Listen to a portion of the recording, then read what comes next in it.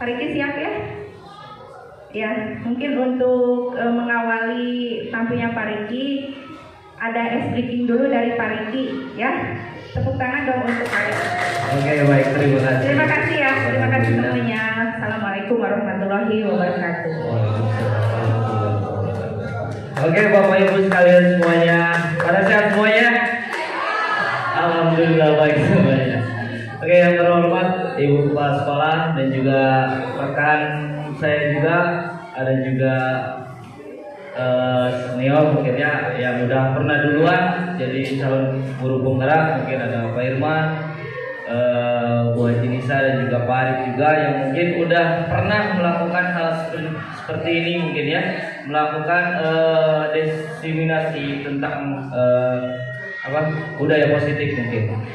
Ini mungkin sedikit aja ya, sedikit gambaran saja ya. Bukan saya di sini mengetahui atau paham betul apa yang akan saya bicarakan gitu ya. Tetapi saya mengimplementasikan apa yang saya sudah pelajari selama kurang lebih 2 bulan ya. Kurang lebih 2 bulan dari modul 1.1 sampai sekarang ya. Mau ke aksi nyata, ini aksi nyata modul 1.4 ya, dari Ki Hajar Dewantara, terus ada kemarin itu nilai peran guru penggerak, terus ada juga budaya positif yang sekarang yang saya sedang jalani mungkin dengan Bu Rina tuh. Mungkin saya juga tadi bertanya-tanya nggak tahu gitu seperti apa gitu aksi nyata yang seharusnya saya lakukan gitu. Mungkin membaca dulu dari arahan-arahan yang ada di LMS, terus berkoordinasi dulu dengan yang sudah melakukan seperti Pak Arif, Bu Haji Nisa dan juga Pak Irman. Saya juga terdapat dari bimbingan dari beliau juga gitu. Ya mungkin sebelum ke materi selanjutnya mungkin ya yang saya akan bukan terangkan atau ya yang saya akan paparkan mungkin ya, yang saya akan paparkan mengenai budaya positif Bu ya. Ada ice breaking dulu. Nah, ice breaking ini ya bisa diterapkan ke anak-anak di kelas ya. Mungkin bisa diterapkan ke anak-anak di kelas ya. Nah, sebelumnya saya minta Bapak Ibu yang pertama gak boleh nyontek ya. Yang kedua gak saling bicara, gak saling ngobrol. Yang ketiga fokus dengan apa yang Bapak Ibu tulis ya. Saya minta Bapak Ibu kalau punya pulpen sama kertas boleh lah. Kalau misalkan ini kertasnya sedikit juga nggak apa-apa, yang penting ada aja gitu kan. Kalau misalkan itu nggak dipakai boleh gitu ya.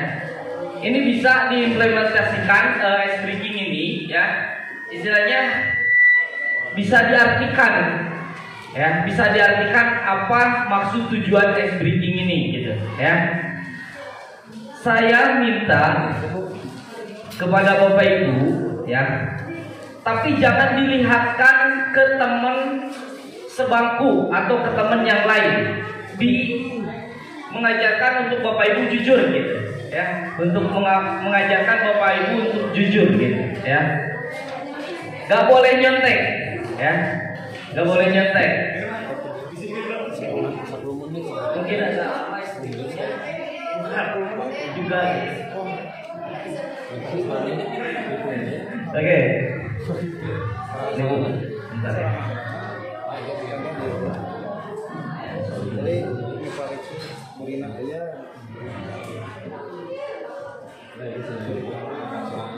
Enggak.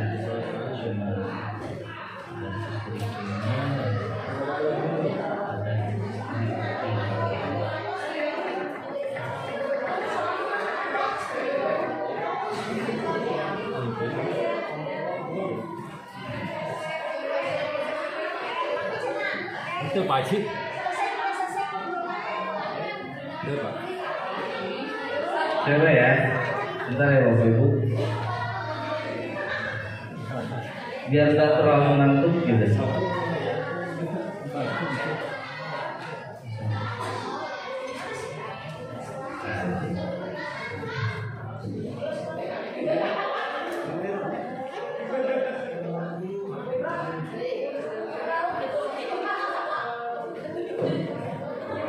Oke, mungkin Bapak Ibu udah familiar dengan apa yang ada di depan Bapak Ibu ini ya. Ini adalah suatu bendera negara ya, yang mungkin Bapak Ibu sudah tahu lah ini bendera apa aja gitu. Ada Indonesia, Jepang, Singapura, Korea Selatan, England, terus ada Uni Kingdom, Prancis, Denmark, Thailand dan sebagainya gitu ya. Oke, yang pertama akan saya tunjukkan.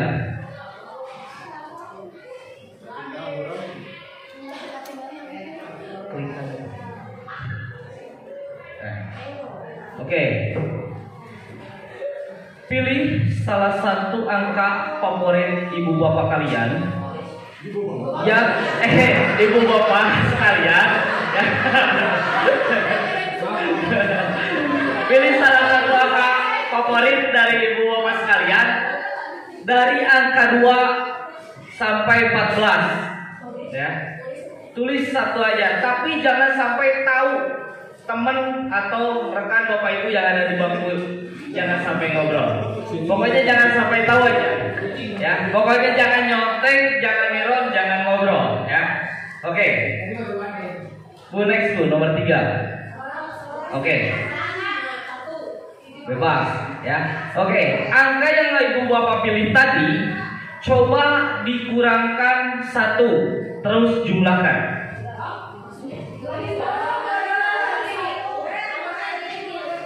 Saya udah pernah dicoba di kelas dan hasilnya juga alhamdulillah ya. Nah, sekarang saya akan coba ke Bapak Ibu. Jumlah ya atau angka yang Bapak Ibu tulis tadi coba dikurangi 1. Hasilnya jumlahkan. Misalkan Bapak Ibu ya, angka favoritnya 10. Terus dikurang 1, jumlahkan sama dengan tulis saja 9 gitu. Ya. Iya, dikurang 1. Ya, jumlahnya berapa dijumlahkan. Oke. Hasilnya berapa? Oke, lanjut. Oke, lanjut Bu. Oke. Nah, setelah hasil tersebut, silakan Bapak Ibu kalikan 3. Oke. Ya, hasilnya berapa? Tulis sama dengan. Misalkan 10 dikurangi 1, 9. Terus bawahnya tulis 9 dikali 3, jumlahnya atau hasilnya berapa? Tulis lagi gitu, ya. Oke, lanjut. Setelah dikali 3, jumlah tersebut ditambah 12. Ditambah 12. Oke, ditambah 12. Oke, lanjut tuh. Setelah ditambah 12, jumlahnya dibagi 3.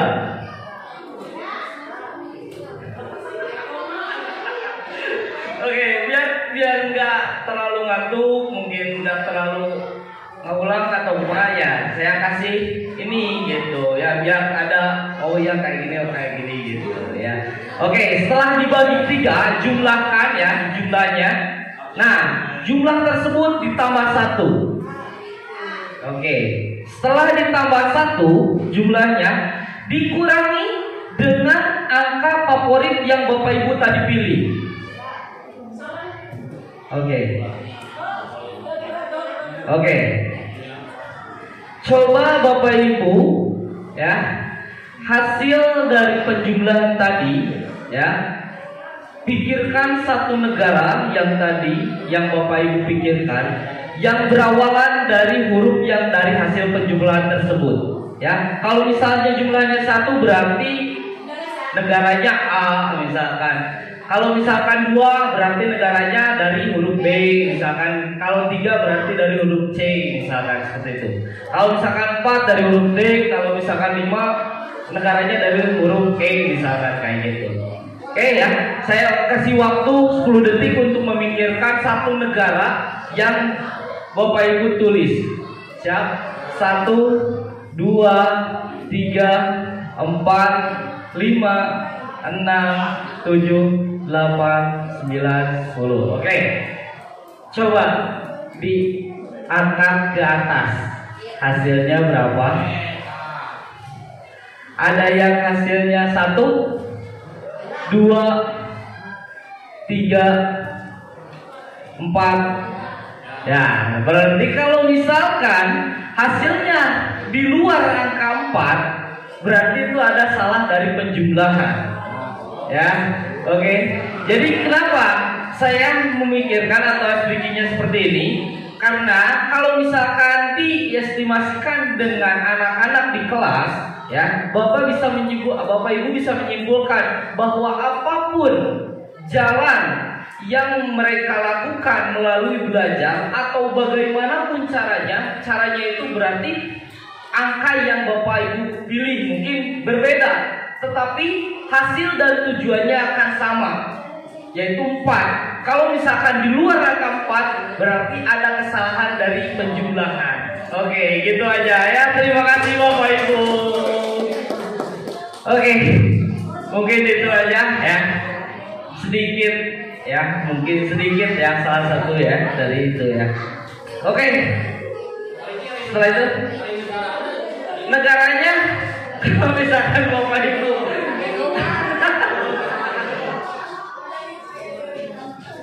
oke, gitu aja lah ya. Oke, kita lanjut ke materi selanjutnya ya. Oke, saya di sini ya akan memaparkan atau mengimplementasikan tentang 5 kebutuhan dasar manusia. Oke,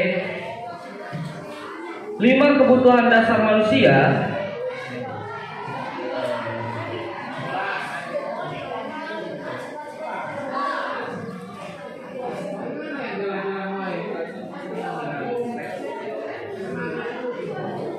Oke, ini adalah ada 5 kebutuhan dasar manusia ya.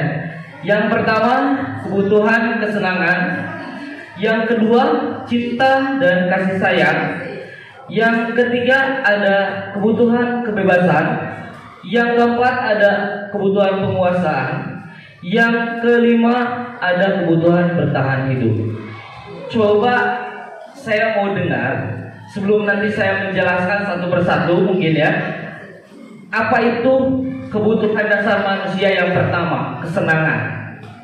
Bisa dicontohkan nggak? Ada yang bisa mencontohkan nggak? Coba, ya. Ada yang bisa mencontohkan nggak? Salah satu kebutuhan dari 5 kebutuhan dasar manusia. Yang pertama, 1, kasih kesenangan.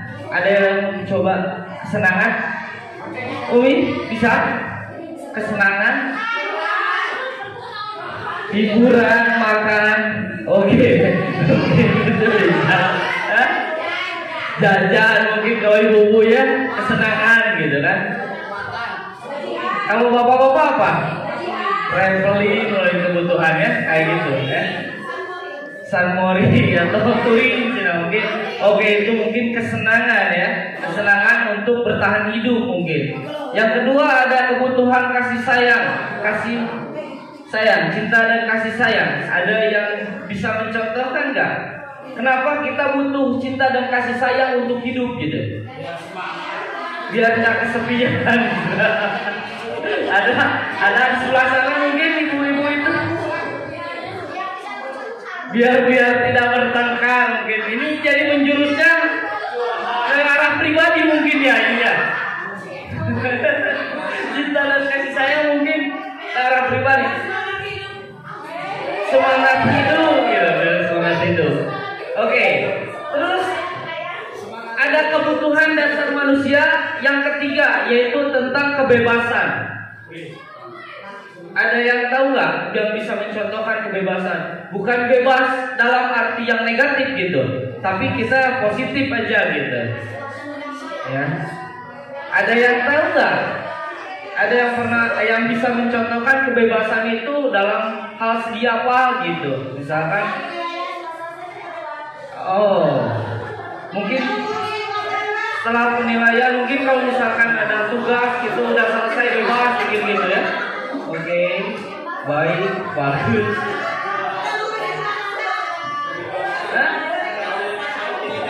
gimana? Gua berarti? Coba. Siap. Mana Pak? Menurut saya kebebasan adalah tidak mengurusi rumah tangga.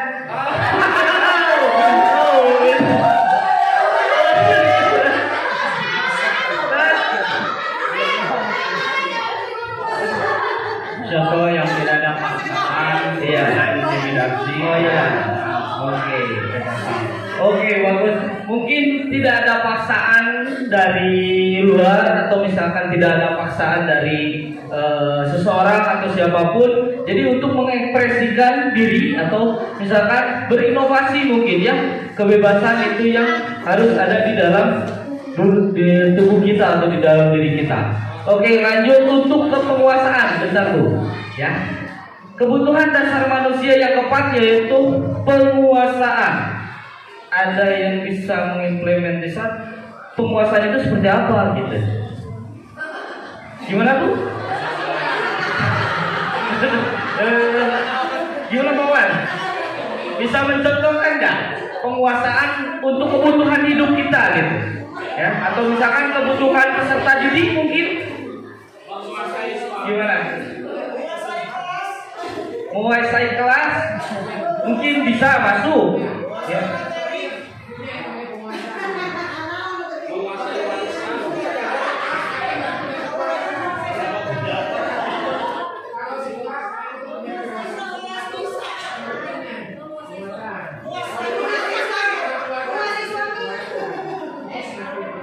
Oh, jadi menurut Pak Wawan itu kalau misalkan penguasaan itu kita sebagai kepala rumah tangga bisa menguasai atau mengatur apapun yang kita mau gitu, mungkin gitu ya. Terus kalau misalkan implementasi dari kalau misalkan tepuk tangan dulu teman-teman. Oke, mungkin itu ya implementasi dari Pak Wawan mungkin ya. Betul. Ya. Mungkin kita lanjut ke kebutuhan untuk bertahan hidup, kebutuhan dasar manusia untuk bertahan hidup. Ya, ada apa? Maksudnya ada sandal, pangan, papan, apalagi gajian. Mungkin itu ya bertahan hidup ya. Berarti kalau misalkan nggak gajian nggak bisa bertahan hidup kita. Apa Pak? Pasangan hidup boleh. Tapi tadi bertentangan dengan muapi ya. Oke, baik. Ya.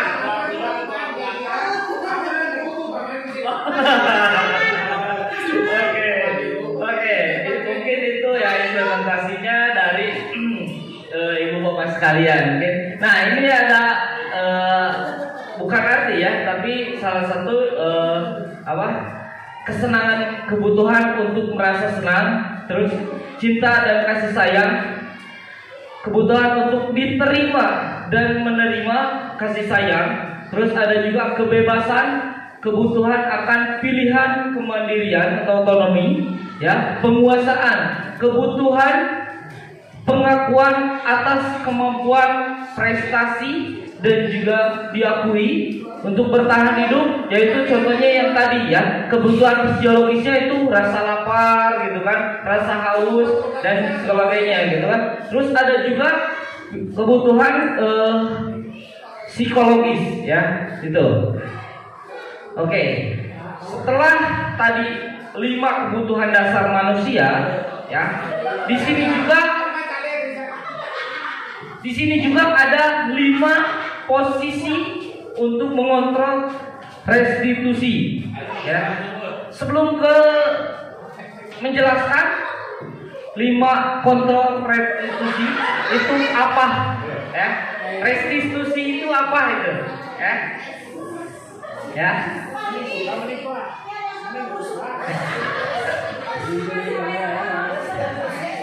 Oke ya. Ini adalah ada 5 posisi kontrol untuk restitusi ya. Yang pertama posisi kontrolnya itu penghukum kontrol, Bu ya, kade kontrol ya. Kalau kita ganti ya, nggak usah pakai kontrol ya. 5 posisi restitusi aja ya. Kalau misalkan ibu bapaknya kurang fokus nanti bahaya gitu kan. Takutnya salah paham gitu. Nanti di videonya ini kira gitu. Kita ganti kontrolnya dengan 5 posisi restitusi aja ya. Ya, yang pertama ada penghukum ya. Yang kedua ada yang pembuat merasa bersalah. Yang ketiga ada teman. Yang keempat ada pemantau. Yang kelima ada manajer. Ya, oke lanjut Bu. Ini adalah salah satu contoh 5 posisi restitusi. Ya. Yang pertama itu adalah penghukum. Ya. Penghukum itu adalah seorang penghukum bisa menggunakan hukuman fisik maupun verbal. Ya. Orang-orang yang menjalankan posisi penghukum senantiasa mengatakan bahwa sekolah memerlukan sistem atau alat yang dapat lebih menekan pada murid-muridnya lebih dalam lagi. Ya, guru-guru yang menerapkan posisi penghukum akan berkata, patuhi aturan saya, atau awas, nanti bla bla bla, gitu kan. Terus ada kamu selalu salah. Ya, kalau misalkan siswa melakukan apapun, pokoknya cekuran kamu salah, Nah, itu adalah posisi untuk penghukum, ya, guru yang penghukum gitu ya. Terus ada yang mengatakan juga pasti selalu yang terakhir selesai, atau misalkan mengumpulkan tugas ke anak tersebut pasti bilangnya seperti itu gitu. Guru seperti ini adalah senantiasa percaya hanya ada satu cara agar pembelajaran bisa berhasil, yaitu dengan cara dia. Ya, jadi kalau misalkan ada guru yang menurut saya kamu pasti akan sukses, tapi dengan caranya menghukum atau misalkan ngasih punishment dan segala macamnya, itu contoh ke penghukum gitu ya. Yang kedua ada pembuat merasa bersalah. Ada juga posisi guru yang pembuat merasa bersalah, yaitu pada posisi ini biasanya guru akan bersuara lebih lembut ya. Pembuat merasa bersalah akan menggunakan keheningan yang membuat orang lain merasa tidak nyaman, ya, bersalah ataupun rendah diri. Contoh kata-kata yang keluar dari guru dengan lembut seperti ini. Ibu sangat kecewa sekali dengan kamu, ya. Jadi kalau misalkan ada anak yang melakukan kesalahan, mungkin si ibu atau bapak itu, ibu sangat kecewa dengan kamu, gitu kan. Nah itu si gurunya itu ada di pembuat merasa bersalah gitu ya. Terus berapa kali ibu harus memberitahu kamu ya. Nah terus gimana coba kalau orang tua kamu tahu kamu berbuat seperti ini? Yaitu ada di posisi yang pembuat merasa bersalah. Terus di posisi ini murid akan memiliki penilaian diri yang buruk tentang diri mereka. Murid merasa tidak berharga ya, dan telah mengecewakan orang-orang yang disayanginya. Itu ya, posisi guru yang ada di pembuat merasa bersalah. Yang ketiga ada posisi teman ya, restitusi teman. Guru pada posisi ini tidak akan menyakiti murid, namun akan tetap berupaya mengontrol murid melalui persuasi ya. Posisi teman pada guru bisa negatif ataupun positif. Jadi contohnya kalau misalkan ada guru yang terlalu dekat, itu bisa ada positifnya dan juga ada negatifnya juga gitu ya. Positif di sini berupa hubungan baik yang terjalin antara guru dan murid. Guru di posisi teman menggunakan baik dan humor untuk melalui seseorang. Mereka akan berkata, ayo bantulah demi Bapak ya. Terus ayo ingat tidak bantuan Bapak selama ini ya. Terus ya sudah, kali ini tidak apa-apa, nanti ibu bantu bereskan ya. Jadi kalau misalkan hal seperti ini, hal negatifnya itu dari posisi teman. Bila suatu saat guru tersebut tidak membantu, murid akan kecewa dan berkata, ya kalau misalkan kebanyakan, saya pikir Bapak itu teman saya gitu kan. Atau misalkan saya pikir Bapak atau Ibu itu teman saya gitu. Murid akan merasa dikecewakan karena tidak mau lagi berusaha. Hal lain yang mungkin timbul adalah memiliki atau murid hanya akan bertindak untuk guru tertentu dan tidak untuk guru lainnya. Murid akan tergantung pada guru tersebut. Jadi kalau misalnya udah terlalu dekat dengan murid, kemungkinan guru itu akan merasa ya udah guru saya emang dia gitu. Jadi mengabaikan guru yang lain. Nah, jadi kalau misalkan kita sebagai guru yang dekatnya tidak membantu lagi dia akan merasa kecewa. Jadi nolongan dia gitu kan. Contohnya seperti itu gitu ya. Jadi itu hal negatifnya. Jadi dia tidak bisa menghadirkan diri. Jadi ya bagus. Ya betul kata Pak Wan. Jadi ketergantungan dengan guru tersebut mungkin seperti itu ya. Itu hal negatifnya kalau misalkan kita menjadi teman terlalu dekat dengan murid gitu. Oke, next ke posisi pemantau ya. Posisi pemantau. Memantau berarti mengawasi ya. Pada saat kita mengawasi, kita bertanggung jawab atas perilaku orang-orang yang kita awasi. Ya, posisi pemantau berdasarkan pada peraturan-peraturan konsekuensi. Ya, dengan menggunakan sanksi atau konsekuensi, kita dapat memisahkan hubungan pribadi dengan murid sebagai seseorang yang menjalankan posisi pemantau. Pertanyaan yang diajukan seorang pemantau biasanya seperti ini. Peraturannya apa? Gitu kan? Apa yang telah kamu lakukan? Terus sanksi dan konsekuensinya apa? Gitu kan? Jadi kalau misalkan guru seorang pemantau seperti itu pasti bakal menanyakan atau mengatakan hal yang seperti itu gitu. Terus seorang pemantau juga sangat mengandalkan perhitungan atau catatan data yang dapat digunakan sebagai bukti atas perilaku seseorang. Posisi ini akan menggunakan stiker, slip catatan, daftar cek dan lain-lain, misalkan gitu ya. Posisi pemantau sendiri berawal dari teori stimulus respon, ya, yang menunjukkan tanggung jawab guru dalam mengontrol muridnya. Mungkin itu posisi pemantau atau guru sebagai pemantau gitu ya. Jadi gimana nih, kemana nih arah kita gitu kan sebagai guru, ini masuk kemana gitu, ke ranah mana gitu ya. Terus di sini ada posisi yang terakhir yaitu sebagai manajer ya. Manajer adalah posisi di mana guru berbuat sesuatu bersama dengan murid ya, mempersilahkan murid mempertanggungjawabkan perilakunya, mendukung murid agar dapat menemukan solusi atas permasalahannya sendiri. Ya, seorang manajer telah memiliki keterampilan di posisi teman maupun pemantau, dan dengan demikian bisa jadi di waktu-waktu tertentu kembali kepada kedua posisi tersebut bila diperlukan. Namun bila kita menginginkan murid-murid kita menjadi manusia yang merdeka, mandiri dan juga bertanggung jawab, ya, maka kita perlu mengacu kepada restitusi yang dapat menjadikan murid kita seorang manajer bagi dirinya sendiri. Ya, di manajer, murid diajak untuk menganalisis ya kebutuhan dirinya maupun kebutuhan orang lain. Di sini penekanan bukan pada kemampuan membuat konsekuensi, namun dapat berkolaborasi dengan murid bagaimana memperbaiki kesalahan yang ada. Ya, mungkin guru yang sebagai manajer itu menyuruh atau misalkan si anaknya itu untuk berkolaborasi dengan teman sejawatnya, ya, untuk apa gitu, untuk menganalisis kebutuhan apa nih yang kita butuhkan, misalkan sebagaimana yang dituliskan di sini, ya, kebutuhan di sini juga perkenaan bukan pada kemampuan membuat konsekuensi, tetapi juga dapat berkolaborasi dengan murid bagaimana untuk memperbaiki kesalahan yang ada gitu. Jadi itu salah satu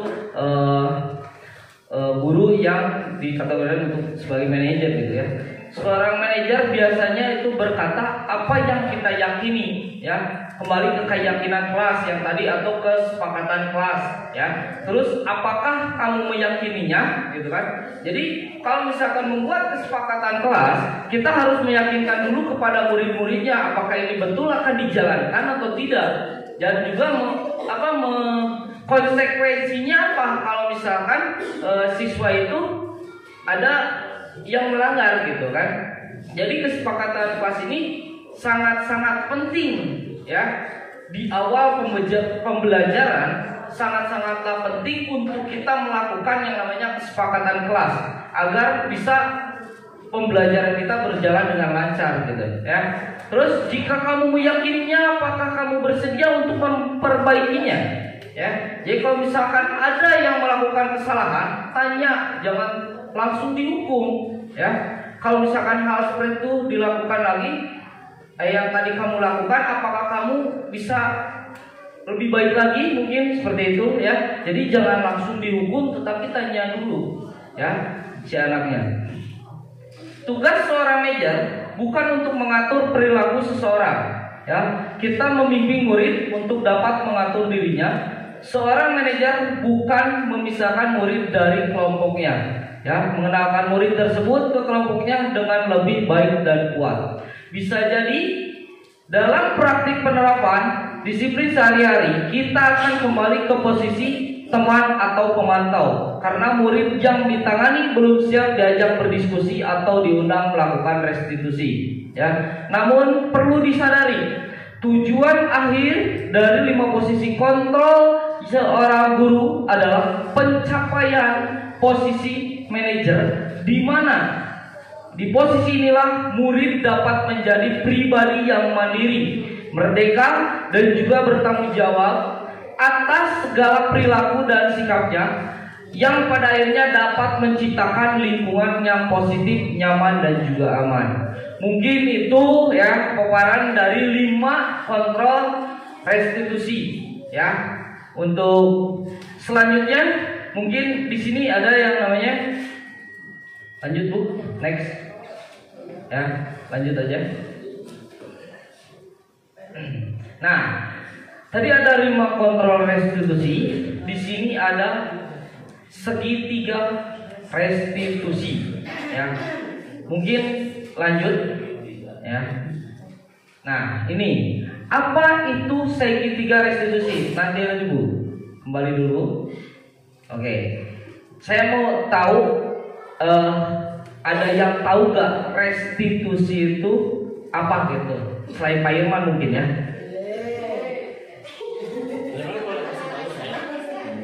Restitusi itu apa gitu? Atau segitiga restitusi itu apa? Di sini ada cluenya tuh.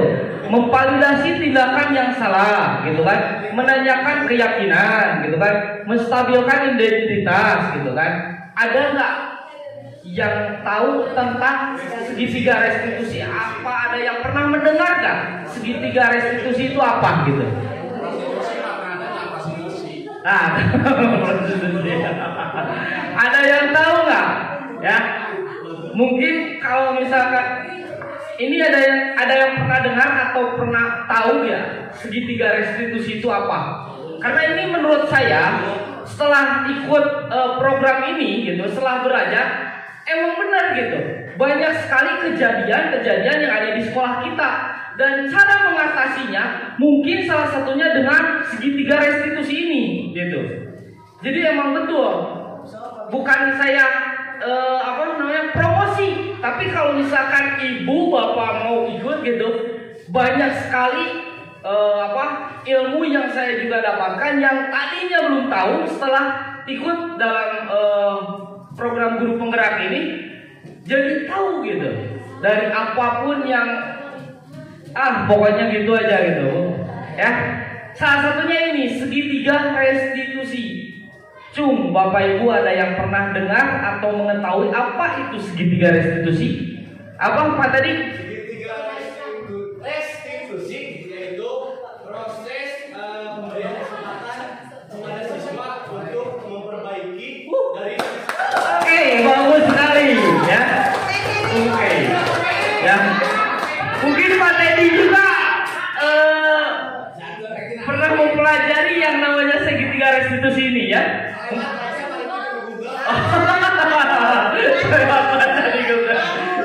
Mungkin ini adalah salah satu atau pembahasan terakhir mengenai segitiga restitusi ya, yang mungkin nanti akan langsung saya praktekkan ke murid ya.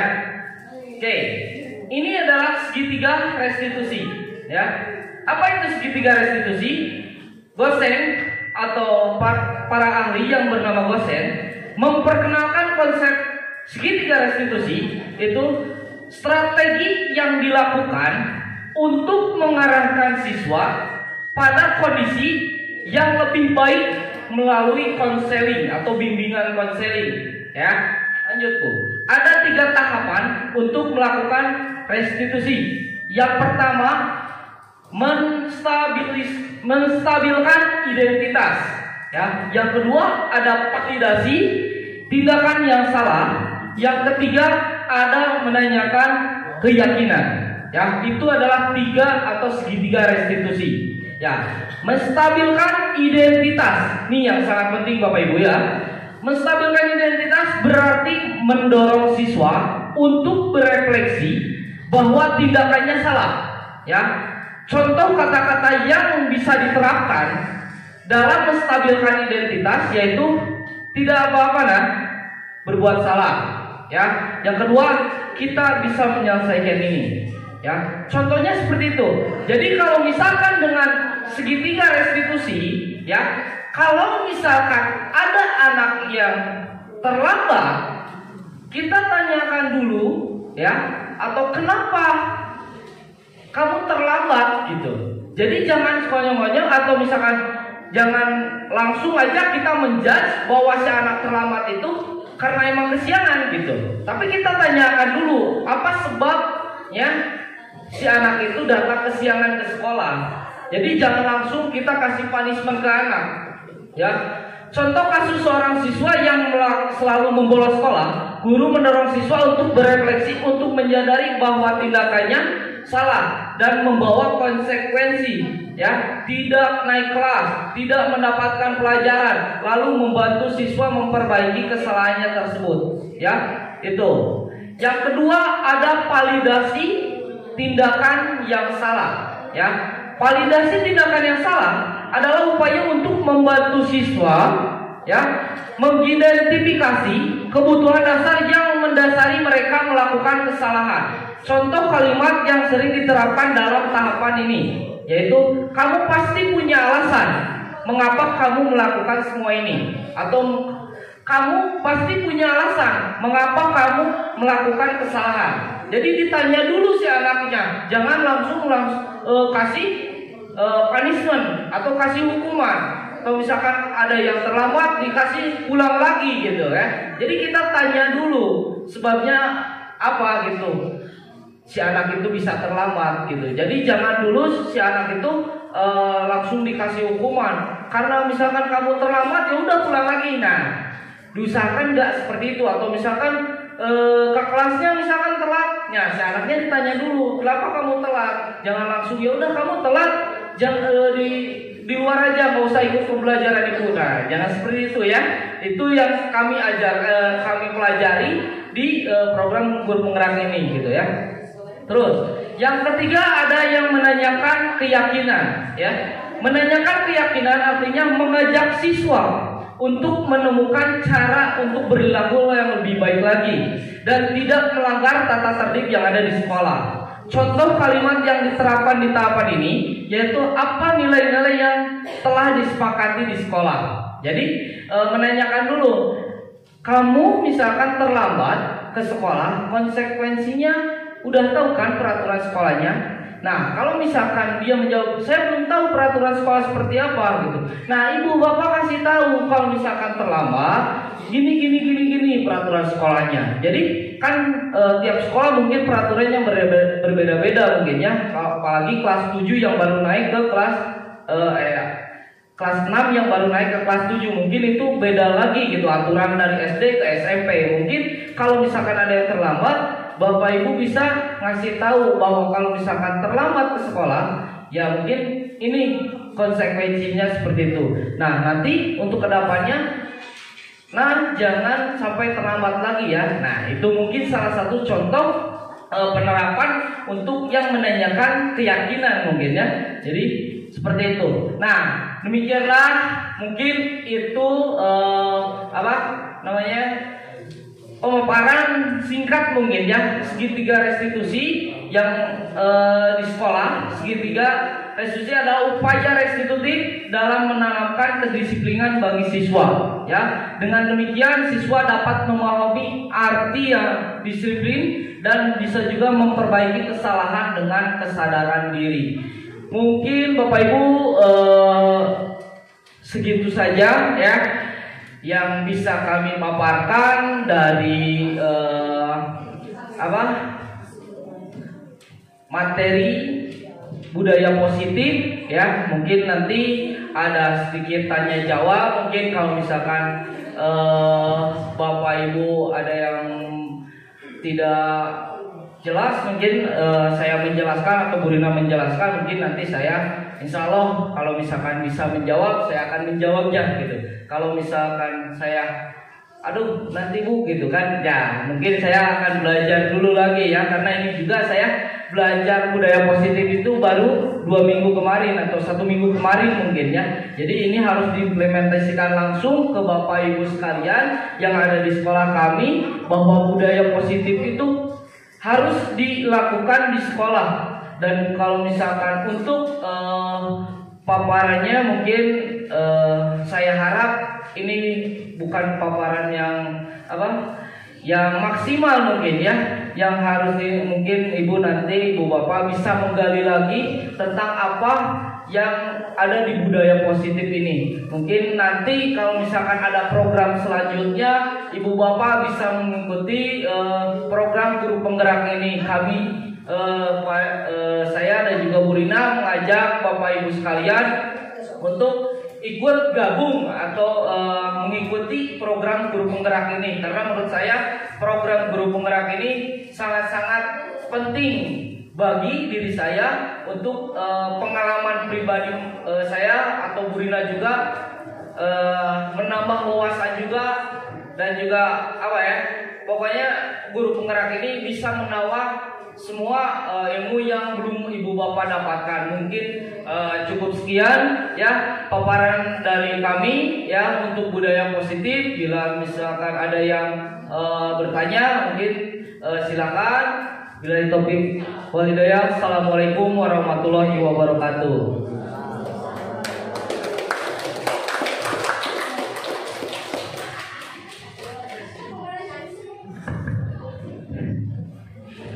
Terima kasih Pak Riki. Mungkin ada yang mau ditanyakan dari pemaparan kami mungkin, atau ada yang kurang jelas, atau mau sharing boleh.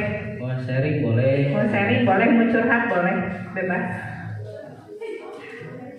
Tentang budaya positif. Saya harap paparan ini belum jelas ya, biar Bapak Ibu bisa tergugah untuk bertanya gitu ya dalam budaya positif ini gitu ya, biar ada umpan baliknya seperti apa gitu ya untuk budaya positif. Atau mungkin ada umpan balik dari Pak Irman ya, mungkin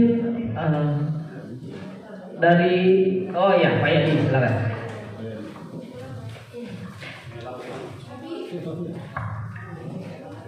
Teman-teman Pak Riki atau jelasnya sedikit menanggapi yang tadi kesepakatan kelas. Yang pertama, bahwa kesepakatan kelas ini apakah turunan dari aturan yang ada, tata tertib ya, seperti halnya tadi masalah kesiangan masuk kelas atau kesiangan ke sekolah ya. Saya beranggapan bahwa kesepakatan kelas ini yaitu kenyamanan kedua belah pihak antara guru dan siswa dalam hal KBM. Tentunya kesepakatan ini jangan sampai bertentangan dengan yang namanya tata tertib atau melonggarkan tata tertib gitu ya. Dari hal positif berarti ada ranah spesifikasi atau ke tepi.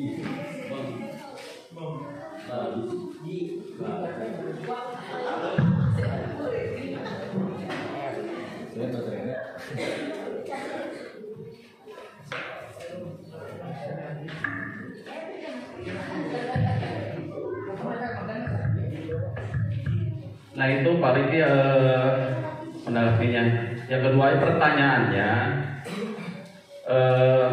jadi dalam kesepakatan kelas ini apakah dibuat serentak semua guru dengan poin yang sama atau masing-masing guru mata pelajaran ya, guru mata pelajaran?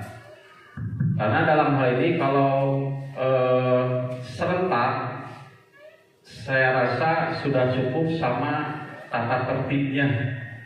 Kalau tadi seperti halnya contoh kesiangan kelas dilonggarkan dengan mengakomodir alasan-alasannya, tentu ini akan berbenturan dengan tata tertib sekolah yang biasanya misalkan 10 menit atau 15 menit siswa sudah hadir di sekolah. Nah, barangkali apakah tiap mata pelajaran atau tiap tingkat atau tiap apa? Kemudian kurun waktu, ya, kurun waktunya apakah itu flat 1 semester atau tiap pertemuan atau 1 tahun? Yang saya dengar 3 tahun 4 tahun ke belakang bahwa kesempatan kelas itu diterapkan berdasarkan kebutuhan guru mata pelajaran dengan materinya, gitu ya. Misalkan kalau guru olahraga ada kesepakatan kelas di dalam olahraga, misalkan sepakat harus memakai kaos olahraga, termasuk misalkan guru IPS ketika mengajar pasca olahraga itu dibuat kesepakatan tidak boleh memakai kaos olahraga ketika pelajaran IPS. Itu barangkali pertanyaannya. Nuhun, Pak Rugi. Oke. Baik, terima kasih Pak Yadi. Mungkin saya langsung jawab aja mungkin ya. Yang dapat saya simpulkan mungkin ya pembelajaran kemarin di dalam grup penggerak mungkin ya. Kesepakatan kelas apakah dibuat serentak atau dibuat untuk masing-masing guru mungkin itu ya. Yang keduanya itu waktunya itu bisa 1 semester atau 1 tahun pelajaran atau fleksibel gitu ya, atau panjang ya. Mungkin ini pendapat saya mungkin ya Pak. Untuk kesepakatan kelas ya, kan kalau misalkan sekolah itu sudah punya aturan sendiri, sudah punya aturan baku mungkin ya untuk ditetapkan di sekolah yang harus atau mesti dituruti oleh seluruh warga sekolah tersebut mungkin ya. Nah, untuk kesepakatan kelas ya, menurut saya itu dibuat oleh masing-masing guru Pak. Ya, kenapa harus dibuat oleh masing-masing guru gitu? Ya, karena kita sebagai guru itu pasti beda-beda kesepakatannya dengan kelas tersebut. Walaupun saya misalkan mengajar olahraga, mengajar di kelas 7D, tetapi misalkan Bu Rina sebagai guru Indonesia, PKN ya, guru PKN mengajar di kelas 7D, itu pasti kesepakatan kelasnya itu berbeda Pak. Ya, kalau misalkan saya mungkin sebagai guru olahraga ada kesepakatan kelasnya, contoh harus selalu memakai kaos olahraga saat pembelajaran berlangsung. Tetapi misalkan kesepakatan kelas di Bu Rina tidak mungkin ada kesepakatan kelas yang mewajibkan siswa untuk memakai kaos olahraga gitu. Jadi intinya kesepakatan kelas ini harus dibuat oleh masing-masing guru agar terciptanya pembelajaran yang nyaman lah. Jadi istilahnya dengan siswa itu, oh ya udah dengan guru ini mah kita boleh makan atau misalkan kita boleh minum santai lah istilahnya. Tapi misalkan kesepakatan kelas dengan guru ini kita harus serius, gak boleh ngobrol sana sini. Jadi kita harus fleksibel juga untuk waktunya bisa kita di 1 tahunkan ya. Karena apa? Karena kalau misalkan kita 2, 3 sampai 4 tahun itu kan kita pasti ganti kelas juga, ganti siswa juga. Nah, mungkin ini berlaku untuk misalkan 1 tahun sekarang dengan kelas yang kita ajar. Gitu mungkin Pak. Mungkin itu yang dapat saya jawab mungkin ya. Kesepakatan kelas itu jadi intinya harus dibuat oleh masing-masing guru dengan kesepakatan yang berbeda mungkin ya. Terus waktunya itu menurut saya bisa 1 tahun untuk dengan kelas tersebut, karena untuk tahun berikutnya mungkin guru tersebut beda belajarnya dengan siswa yang lain. Mungkin itu. Terima kasih, Pak. Izin menambahkan ya Pak, sedikit izin menjawab. Terima kasih Pak Yadi atas pertanyaannya. Jadi kesepakatan kelas apakah berdasarkan dari aturan? Ya, kita sosialisasikan dulu aturan, tapi bedanya peraturan kelas dan kesepakatan kelas itu, kalau peraturan kelas itu satu arah gitu, aturannya satu arah. Tapi kalau misalnya kesepakatan kelas itu dua arah Pak, jadi kita terjadi komunikasi dengan siswa gitu. Jadi kita memantik dulu nih, misalnya gimana nih kita yang pertama nih aturannya gimana, nggak boleh terlambat ya Bu, tidak boleh terlambat. Nah, nanti langsung ada aturan-aturan yang lainnya. Kalau misalnya tadi misalnya boleh 10 menit dan lain sebagainya, kan kita bertindak sebagai manajer ya Pak. Jadi kita tidak serta-merta istilahnya menelan mentah-mentah apa yang anak-anak usulkan gitu. Jadi kita juga mengontrol gitu ya. Nah, tapi setelah itu kita kembalikan lagi, sepakat tidak sepakat misalnya itu. Kemudian waktunya Pak, waktunya itu fleksibel. Jadi misalnya ini waktunya setahun, kalau misalnya tidak ada yang dirubah atau tidak ada kebutuhan yang lain misalnya begini, kalau misalnya minggu sekarang boleh membawa HP karena misalnya buku paketnya belum ada, tapi minggu depan misalnya buku paketnya sudah ada, jadi tidak boleh membawa HP. Nah, itu mungkin aturannya boleh ada yang direvisi setiap kali dibutuhkan. Mungkin itu saja Pak, terima kasih. Oke, terima kasih Pak Yadi atas pertanyaannya. Mungkin itu salah satu masukan juga ya, atau misalkan paparan untuk semuanya ya yang mewakili pertanyaan untuk kesepakatan kelas mungkin. Mungkin selanjutnya ada yang mau ditanyakan lagi dari Bapak Ibu yang mungkin mengganjal atau menunggu untuk pulang.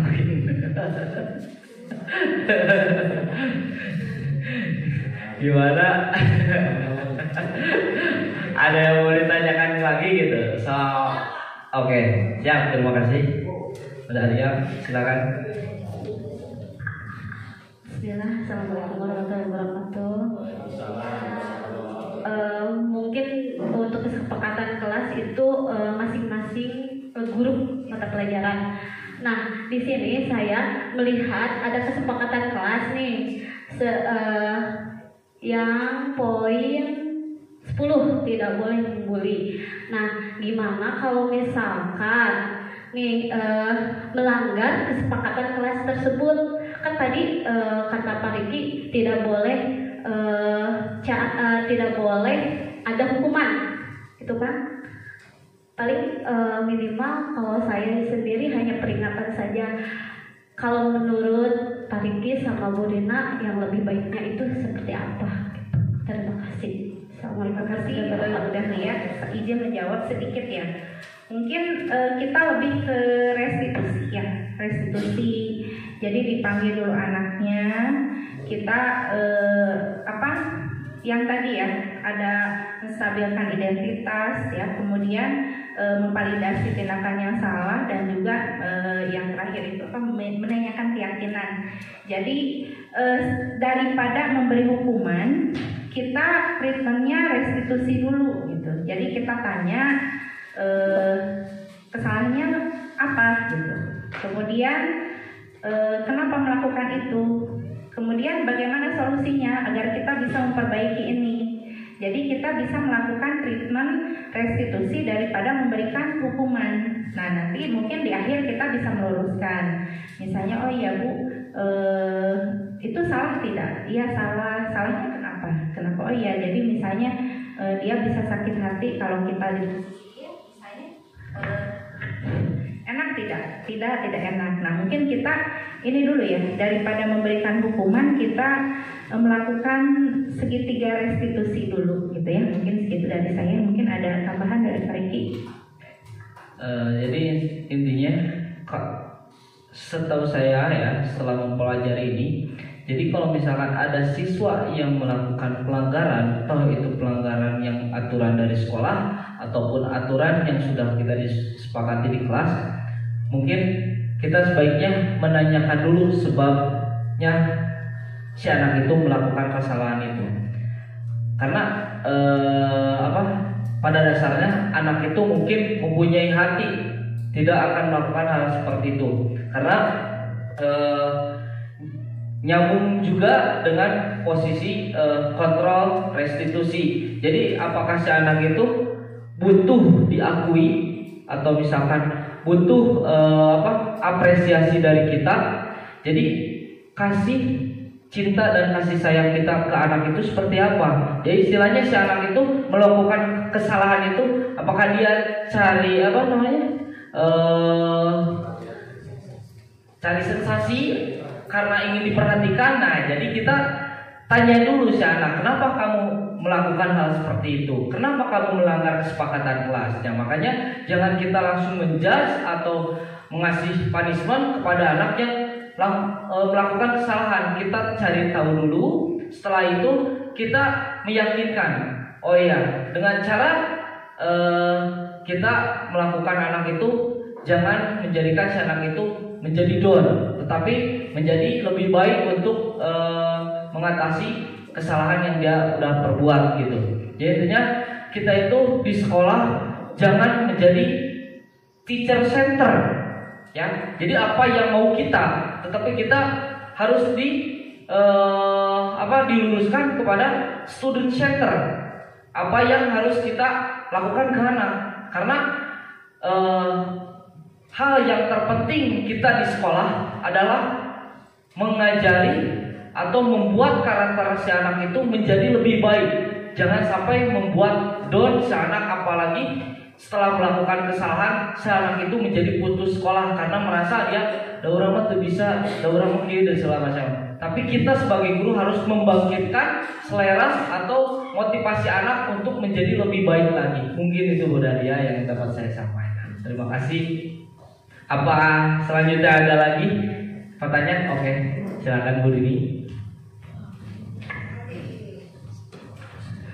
Assalamualaikum warahmatullahi wabarakatuh. Hatur nuhun ka Ibu Dina sareng Pak Riki Nustos Masar Waktu. Melanjutkan pertanyaan serta jawaban dari Pak Riki tadi, pertanyaan dari Bu Dahlia. Kebetulan ini kita itu lagi ada masalah. Nah, kelas 7. Jadi si anak itu sudah beberapa kali melakukan kesalahan. Di kelas sudah berdiskusi dengan BK, kita sudah mengingatkan dengan cara baik, udah berulang-ulang. Kemudian si anak ini mengulangi kesalahan yang sama, bahkan sama Pak Erwin kita udah bikin kesepakatan ya Pak Erwin ya, berjanji di depan kita wali kelasnya, tapi tetap melakukan kesalahan. Kemudian kita koordinasi dengan BK.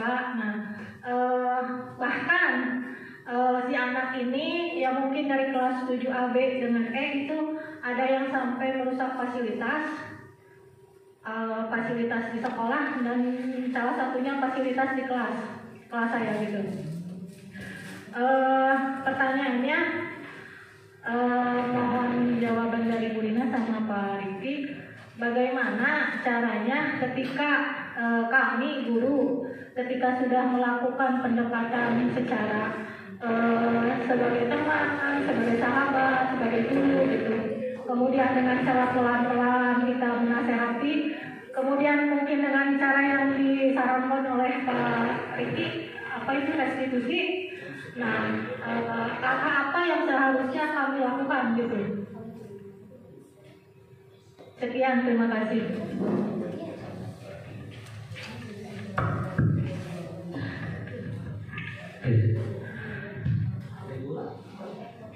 Oh baik, terima kasih kepada Bu Nini. Ya, mungkin saya simpulkan mungkin pertanyaannya ya. Anak sudah melakukan kesalahan terus-menerus, ya, tetapi kita sebagai guru sudah melakukan hal atau restitusi yang sudah dilakukan kepada anak tersebut, tetapi anak tersebut masih saja melakukan hal tersebut, mungkin gitu ya Bu Nini ya. Jadi apa yang mungkin harus kita lakukan kepada anak tersebut sebagai guru gitu mungkin ya.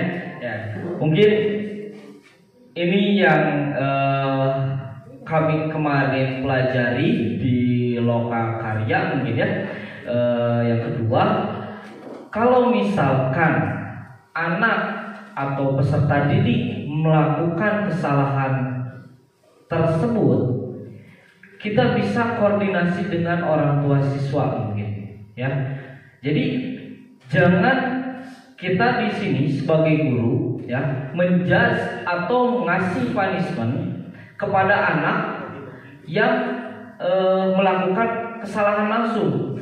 Mungkin si anak tersebut ada salah satu dalam 5 posisi kontrolnya yang belum terpenuhi mungkin. Toh itu dari kasih atau cinta dan kasih sayangnya, dari penguasaannya. Mungkin kita sebagai guru ya harus bisa mengetahui atau mengajak siswa tersebut, kenapa sih kamu melakukan hal seperti itu? Kalau misalkan kita sudah melakukan hal seperti itu, mungkin kita bisa menanyakan kepada orang tuanya mungkin ya. Kalau misalkan di sekolah sudah terpenuhi, tapi kan di rumah kita nggak tahu, karena kita nggak selamanya atau nggak 24 jam mengetahui anak itu seperti apa gitu. Jadi kalau misalkan kita sebagai guru sudah melakukan hal di sekolah, ya tentunya untuk membimbing siswa agar baik gitu di sekolah, tetapi siswa tersebut masih melakukan hal seperti itu, kita bisa berkoordinasi dengan orang tuanya. Apakah di rumahnya siswa seperti itu, atau misalkan ada masalah apa sampai siswa di sekolah sudah ditangani, sudah dikasih tahu sama gurunya berkali-kali, tapi masih berbuat seperti itu. Jadi kita jangan hanya ke muridnya saja, tetapi ke orang tuanya juga kita harus berkoordinasi.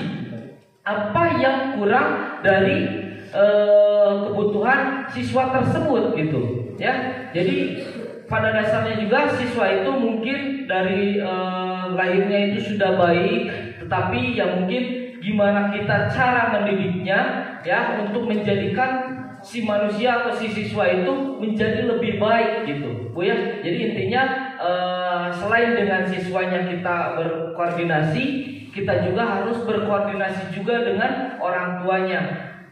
Karena apa? Karena kita nggak tahu di rumahnya, di lingkungan rumahnya siswa itu seperti apa. Makanya kalau kita udah merasa sudah mengajarkan ya semua kepada siswa tersebut tapi masih sama, ya mungkin kita berkoordinasi dulu dengan orang tuanya. Mungkin di rumahnya siswa itu ada yang kurang dari kebutuhan si anaknya itu tersebut. Mungkin itu jawaban dari saya. Mungkin ada tambahan dari Bu Dina mungkin. Ya mungkin pasti ya kalau dari anak melakukan apa itu mungkin karena kebutuhan dasarnya tidak terpenuhi, dan itu mungkin pasti ada alasannya. Nah betul yang dikatakan oleh Pak Riki bahwa kita koordinasi dengan orang tuanya, dan juga kita coba kita koordinasi dengan temannya juga gitu. Mungkin anak melakukan itu pengen diperhatikan gitu karena tidak ada temannya misalnya, karena teman-temannya sudah menjudge dia duluan, ya anak bau lah, nakal gitu ya. Jadi akhirnya teman-temannya menjauhi. Mungkin bisa dicoba kita ke teman-temannya pendekatan sok kumaha ngobrol sama dia gitu ya. Setelah kita misalnya mengetahui Bu Dawi dari Baturan atau gimana misalnya, coba kita tidak judgement terlebih dahulu, kita memberikan iklim atau kondisi yang nyaman dulu di sekolahnya gitu. Apakah misalnya kalau kebutuhan dasarnya dia ingin cinta dan kasih sayang misalnya atau diakui gitu ya, nah itu mungkin kita bisa meminta bantuan ke teman-temannya juga. Kalau misalnya ke orang tuanya juga, misalnya kalau dia kurang diperhatikan, mungkin kita bisa ngobrol gitu dengan orang tuanya supaya memberikan perhatian atau treatment khusus ke anaknya gitu ya. Mungkin beberapa langkah yang bisa kita coba. Jadi tidak menjudge anak tersebut gitu, tapi kita coba juga kembalikan gimana sih di kelasnya, apakah dia ada temennya, ada sobatnya tidak gitu ya. Kita mudah-mudahan misalnya kalau dia ada yang memperhatikan temannya, mudah-mudahan dia tidak seperti itu lagi, dan mungkin kita juga bisa mengarahkan dia ke arah yang positif dari misalnya hobi kamu apa gitu ya, mengembangkan potensinya juga gitu. Mungkin segitu mungkin Bu Dini ya, terima kasih. Mungkin cukup Bu Dini. Oke, terima kasih Bu Dini, pertanyaan sangat bagus sekali. Oke, mungkin tepuk tangan dulu untuk semuanya, mungkin biar semangat dulu ya. Cukup, ada yang lagi mau bertanya? Oke, Pak Haji, silakan Pak Haji.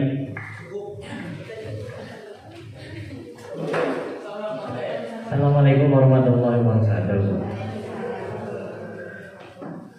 Sekitar sekian belas tahun lalu, mungkin 20 tahun lalu lah, saya mengadakan kesepakatan kelas sebelum pindah ke sini Cikanjung. Jadi kesepakatan kelas saya di 20 tahun lalu. Hanya kesepakatan kelas yang kurang berdasar keilmuan mungkin. Spontan saja saya bersepakat dengan siswa bahwa yang telat itu ada hukuman. Nah ini pertama, dibenarkan, disepakati ada hukuman bagi yang melanggar. Kalau tidak dibenarkan, nanti mohon penjelasannya. Tapi kala itu kami dengan siswa itu bersepakat yang telat itu dikali 2, itu disepakati anak setuju. Misalkan gini, telat 10 menit, maka anak silahkan pilih mau push up atau squat jam. Nah, sepakati squat jam Pak, 10 menit telat berarti 20 kali squat jam, 5 menit berarti 10 kali. Satu hari itu sudah disepakati, pas minggu berikutnya saya masuk lagi dan sudah berdoa dan sudah mulai pembelajaran. Sekitar 10 menit baru ada yang baru datang bari rusuh, capek AEO. Dan saya lihat sepertinya anak ini baru sembuh sakit, kecil badannya, lebih kecil dari saya. Nah, saya tidak mempersilahkan masuk kelas anak. Kenapa? Takut dia malu kalau di dalam kelas menjalankan hukuman. Nah, terlambat 10 menit berarti 20 kali. Silakan di luar saja supaya tidak malu sama teman-teman. Maka dia si anak ini punten kawan, namina teh wawan, emutnya jadi kayeuna. Jadi kayeuna emut kene itu anak yang telah saya zalimi. Itu kemudian di luar anak ini seperti yang dalam keadaan mengkhawatirkan sekitar 20 hari. Selesai dia sholatnya, kemudian si anak ini bertanya, Pak, tadi pada tempat ada rencangan si Anu di kelas dia. Hah? Kamu bukan kelas ini? Bukan Pak, saya kelas yang lain. Aduh, Bapak tidak sholat jam saya sholat jam. Tapi warang ku Bapak. Aduh, hampura, wancit sudah tertolak. Bapak Ibu itu bukan hanya saat itu saya menyalahi meminta maaf. Nanti beberapa waktu lagi, beberapa hari ke depan ketemu lagi, wah hampura Bapak. Betapa menyesalnya saya telah menghukum anak yang tidak bersalah karena ada keperluan ke kelas itu. Yang ingin saya tanyakan itu pertama, apa dibenarkan diadakan kesepakatan kelas ada hukuman bagi yang melanggar itu? Satu, jangan-jangan tidak dibenarkan ya. Kemudian apa lagi, itu aja, lupa tadi yang kedua-nya. Oke, terima kasih, pertanyaannya sangat menginspirasi. komunikasi ya, dugikan skip sekian tahun yang lalu mungkin ya, bertemu mungkin dengan Pak Wawan mungkin ya, gurunya, muridnya gitu ya. Bu Rina mau menjawab? Boleh? Oke, siap.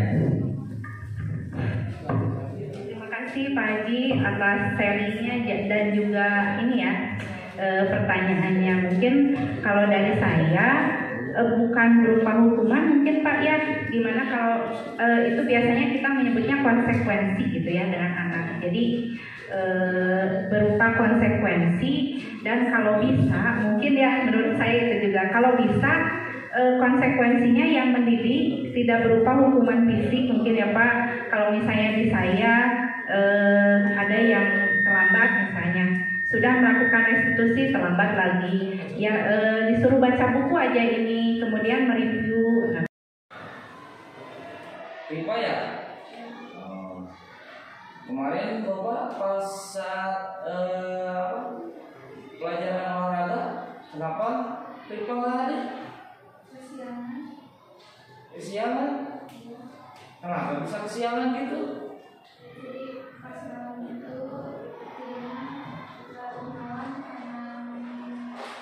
Aduh, main game ya. Ripa, kalau misalkan besoknya sekolah, Ripa itu diusahakan tidurnya itu jangan larut malam, apalagi main game ya. Jadi kalau misalkan nanti Ripa main game atau misalkan nanti Ripa tidurnya malam, nanti ke sekolahnya juga akan ngantuk. Apalagi ini kemarin sampai nggak sekolah.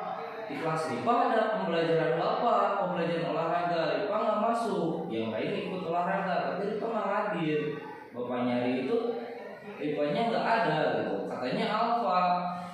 Nah sekarang Bapak manggil Ripa mau tahu gitu, kenapa nggak hadir gitu. Takutnya nanti ada apa gitu. Misalkan biasanya Ripa yang selalu hadir, sekarang nggak hadir gitu ya. Jadi kalau misalkan Ripa, oke, nggak apa-apa untuk hari ini, Bapak maafin ya untuk Ripa nggak hadir pembelajaran Bapak. Tapi untuk kedepannya ya tolong Ripa kalau misalkan besoknya sekolah atau masih ada sekolah, intinya pas malamnya itu diusahakan Ripa itu tidur jangan larut malam ya. Jadi jangan sampai Ripa itu main game atau misalkan apa. Jadi harus tahu tupoksinya dulu ya. Jadi di mana ada sekolah ya, di mana ada saatnya kita liburan ya, boleh Ripa main game. Bapak tidak menyalahkan, tapi kita harus tahu dulu kalau misalkan besoknya mau sekolah, Ripa harus tidurnya sesuai dengan intinya jangan larut malam aja ya. Jadi Ripanya diusahakan tidurnya harus siang ya. Jadi mungkin jam 8, ya paling telat jam 9 lah ya. Jadi jangan sampai larut malam. Jadi inilah akibatnya kalau misalkan Ripa terlalu tidur larut malam, terus makan main game, jadi sekolahnya terabaikannya. Jadi sekolah itu untuk Ripa jangan sampai Ripa itu meninggalkan sekolah ya, karena itu adalah salah satu fondasi untuk Ripa sukses untuk depannya ya. Bapak maafkan untuk hari ini ya, Ripa usahakan untuk kedepannya jangan sampai lagi bolos sekolah ya. Ingat satu ya, sama diri Ripa juga jangan sampai terlalu larut main game ya, gitu aja ya. Nah, udah Bapak maafkan untuk hari ini, silakan Ripa ke kelas dulu ya. Yuk. Waalaikumsalam. Novi. Iya Pak. Kemarin Bapak pas pembelajaran Bu Yeti matematika dapat kabar, dapat info bahwa anak Bapak yang diwali kelasan sama Bapak nggak ada 6 orang. Tapi kan pas pembelajaran pertama ada semuanya. Nah, pas pembelajaran Bu Yeti pelajaran matematika nggak hadir, salah satunya Novi katanya nggak hadir. Kenapa? Novi kemana? Bolos Pak. Hah? Bolos. Bolos itu 6 orang loh, Pi. Ya, ada temen kamu, ya, cewek 3 orang, laki-laki 3 orang, bolos pas udah istirahat, gak masuk lagi ke sekolah, ya. Itu masih ada 2 jam pembelajaran lagi padahal. Nah, kemarin Bu Yeti bilang ke Bapak bahwasanya ada kelas Bapak 6 orang gak masuk. Nah, apa semuanya? Padahal pas saat Bapak pembelajaran ada itu semuanya. Bolos kemana coba? Warung depan. Kenapa? Kenapa bolos? Bi, ya, kalau misalkan kamu malas, ya, jangan sampai kamu bolos sekolah, ya. Nanti kalau misalkan kamu bolos sekolah, akibatnya nanti nilai kamu akan jelek, ya. Jangan sampai seperti itu. Kalau misalkan kamu nggak suka pembelajarannya, minta sama gurunya pembelajaran yang enak itu seperti apa, gitu kan? Pembelajaran menyenangkan itu seperti apa? Coba kan Novi di kelasnya pasti ada kesepakatan kelas kan, ada keyakinan kelasnya kan. Dengan Bapak juga kan udah sepakat lah untuk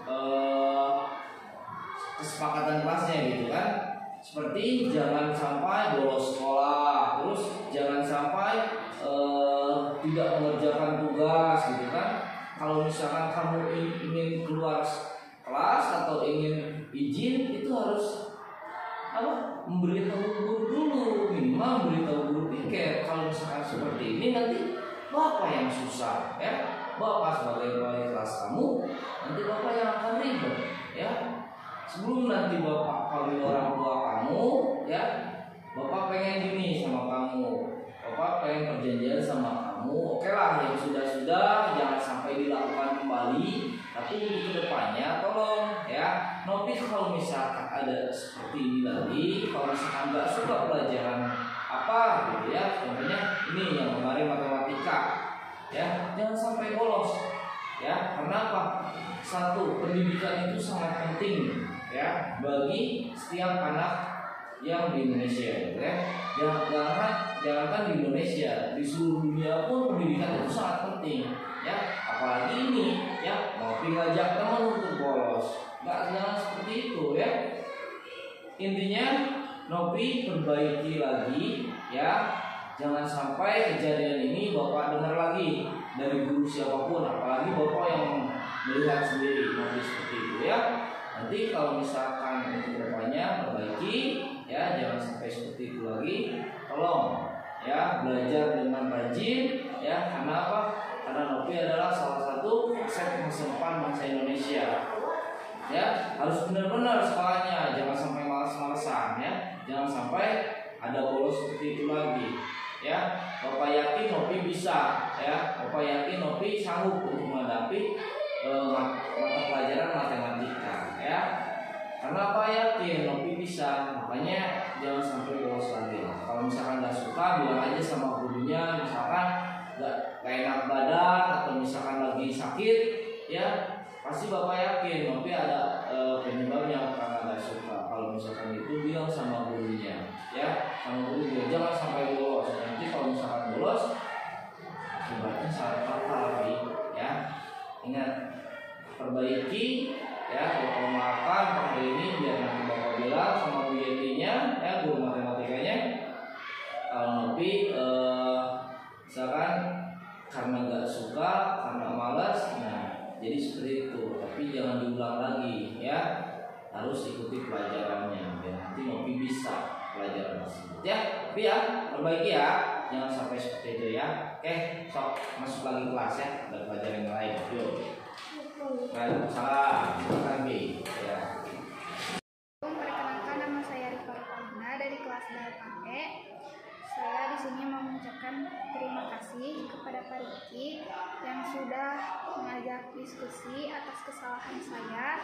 Saya tidak akan bermain game sampai larut malam lagi, dan saya tidak akan datang terlambat ke sekolah. Terima kasih.